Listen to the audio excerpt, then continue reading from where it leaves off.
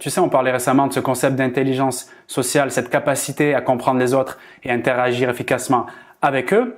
Et chacun d'entre nous, on a besoin de soutien social, c'est-à-dire d'appréciation de la part des autres, de reconnaissance de la part des autres. Et bien évidemment, pour développer notre intelligence sociale, il y a quelque chose qui est très intéressant qui, moi, m'a permis nettement d'améliorer mes relations, qu'elles soient professionnelles, personnelles.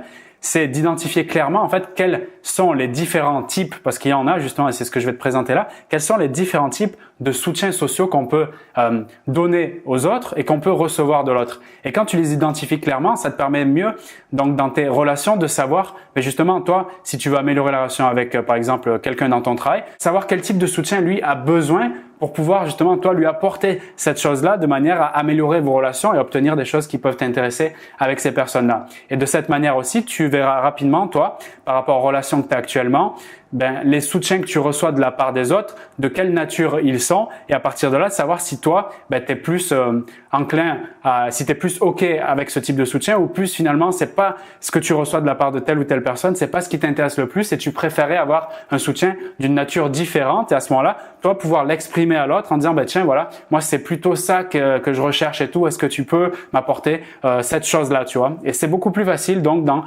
les rapports sociaux pour une harmonie. Il y a 4 types de soutien. Le premier, c'est celui qui est émotionnel, c'est-à-dire celui qui crée en nous-mêmes, chez toi, chez l'autre, une émotion de tristesse. C'est potentiellement après un deuil. Un deuil, ça pas forcément un décès ou un tremblement de terre dans toute ta ville. Ça peut être un mini deuil, comme par exemple avoir envie de contacter une personne, et cette personne après l'interaction nous dit non, je suis pas intéressé par toi. Ça peut être vécu comme un deuil et provoquer de la tristesse. Donc il y a plein de formes de deuil, mais l'idée c'est de savoir, par ce soutien émotionnel, comment, si quelqu'un dans ton entourage vient en disant voilà, moi j'ai perdu telle chose, je suis triste et tout ça, là, quand elle intervient de cette manière-là, elle est en train de demander finalement un soutien émotionnel. Le soutien émotionnel, ça peut se donner, donc si tu es physiquement là avec la personne sans même parler, c'est-à-dire avec le langage corporel, taper sur l'épaule, prendre dans les bras s'il y a un niveau d'interaction, d'intimité important, le signifier simplement avec le regard, ne pas avoir à apporter du contenu, on le verra dans un soutien par la suite, mais simplement être là, d'avoir une présence,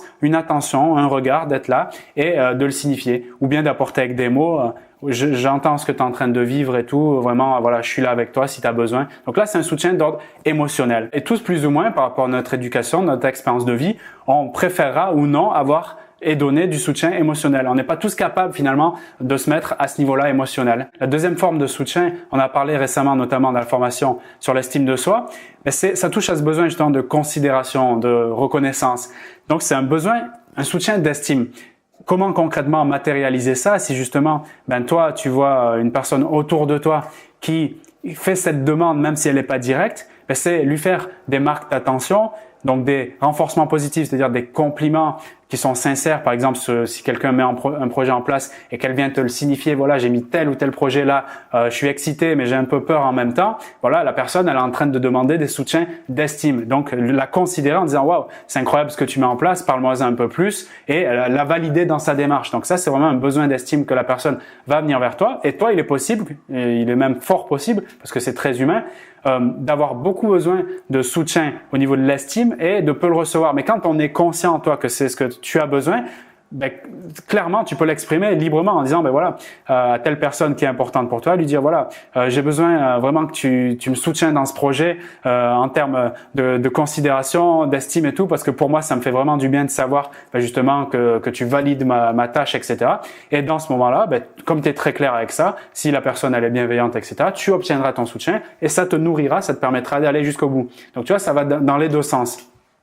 Ensuite, il y a le soutien. Le troisième soutien, c'est celui qui est informatif. Donc là, c'est quelque chose qui arrive assez souvent. Par exemple, tu es dans une démarche où tu vas passer à l'action dans ton travail aujourd'hui, tu vas aller voir, ton boss pour demander quelque chose de particulier et tu es avec un collègue de travail et à ce moment-là, tu aurais besoin justement d'une information ou d'un conseil parce que lui justement, il a obtenu le truc que tu veux, peut-être l'augmentation, et à ce moment-là, tu vas voir cette personne et tu lui demandes directement un conseil, une information, et là, c'est un soutien donc informatif que tu reçois de la part de l'autre. Donc si la personne elle est OK, toi ça te nourrit, ça te permet d'aller vers l'avant puisque c'est quelque chose qui te met de la confiance en soi.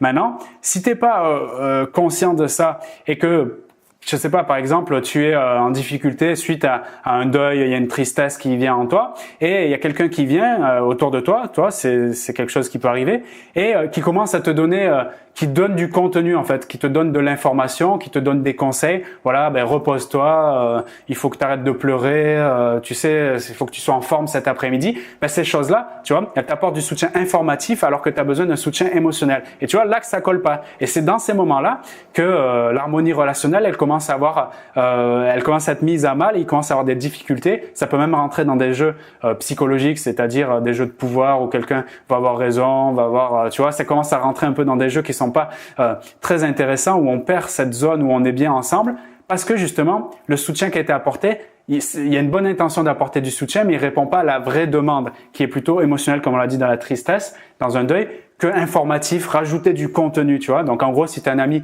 qui est triste, au lieu d'aller rajouter du contenu pour lui dire qu'est-ce qu'elle a à faire dans sa tristesse, non, la tristesse c'est plus de l'introspection, on doit le vivre pour nous. Donc le petit main sur l'épaule, un regard juste avec deux yeux qui dit ben voilà, je te soutiens émotionnellement, ou même avec des mots, bon, ça doit pas être facile ce que tu vis, je peux le comprendre, je te soutiens, si tu as besoin de moi tu me dis. Voilà, tu rajoutes pas du contenu, tu amènes de l'émotion quand il y a un besoin d'émotion, tout simplement.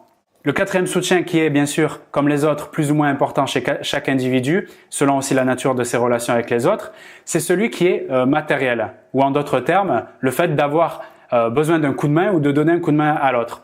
Par exemple, là, moi, quand je te fais une vidéo, j'ai une caméra derrière. Imaginons ma caméra, pour X raison, elle ne marche plus. Pendant une semaine, j'en ai pas alors que j'ai besoin de faire des vidéos, il est possible que j'aille voir un ami qui fait aussi des vidéos pour lui demander de me prêter sa caméra. Ça, c'est une demande de soutien matériel. Ou bien si tu fais un déménagement, ce que tu demandes, c'est pas un conseil ou de l'information, on l'a vu dans le point précédemment, mais plutôt un soutien matériel, que des gens clairement viennent soulever des meubles avec toi. Et à ce moment-là, là, toi, tu seras nourri par ce soutien, et du coup, tu obtiendras les résultats qui seront plus propices à ton épanouissement.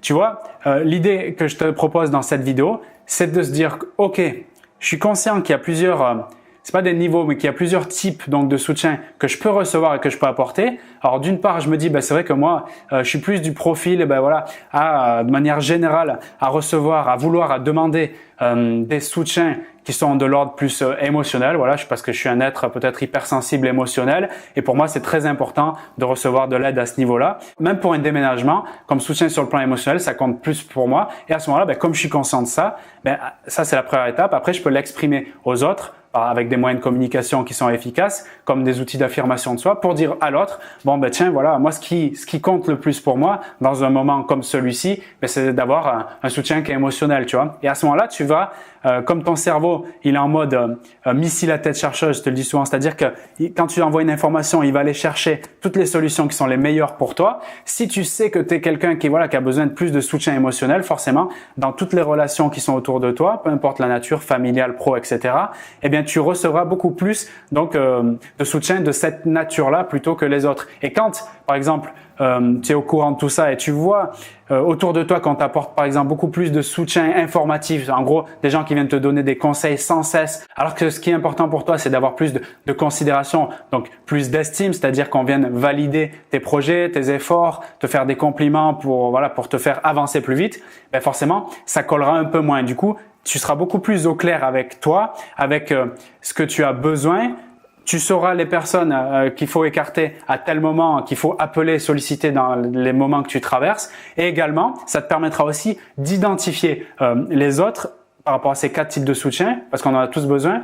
Quel est le soutien que je peux apporter le plus à telle ou telle personne dans ce moment-là qu'il est en train de vivre? Et tu le verras simplement avec le vocabulaire qu'il utilise. Si par exemple au travail, tu constates souvent que quelqu'un, il se plaint que il n'est pas reconnu dans son travail, que il n'est pas validé dans ce qu'il fait, qu'il a l'impression de taper des coups de sabre dans l'eau, qu'il n'est pas reconnu, à ce moment-là, c'est clairement ce qu'il est en train de dire non directement, comme toi tu es au courant, c'est des besoins d'estime et de soutien, et tu lui donneras des marques d'attention, des petits mots par-ci par-là pour lui dire que son truc c'est bien ce qu'il fait, et à ce moment-là, la relation avec lui s'améliorera nettement. Donc je pense que là tu vois le système et tu vois l'intérêt donc de bien identifier, de bien mettre en place ces 4 soutiens sociaux dans ta vie et dans ton expérience avec les autres. Moi je te laisse avec ça, je te retrouve dans d'autres vidéos très prochainement. Si tu veux améliorer tes communications, tes relations avec les autres, J'ai toujours un guide complètement offert que tu retrouves dans la description de cette vidéo. 25 façons d'enrichir tes relations. Donc c'est une formation complètement gratuite. Je te laisse avec ça et je te dis à très vite pour d'autres vidéos. Salut!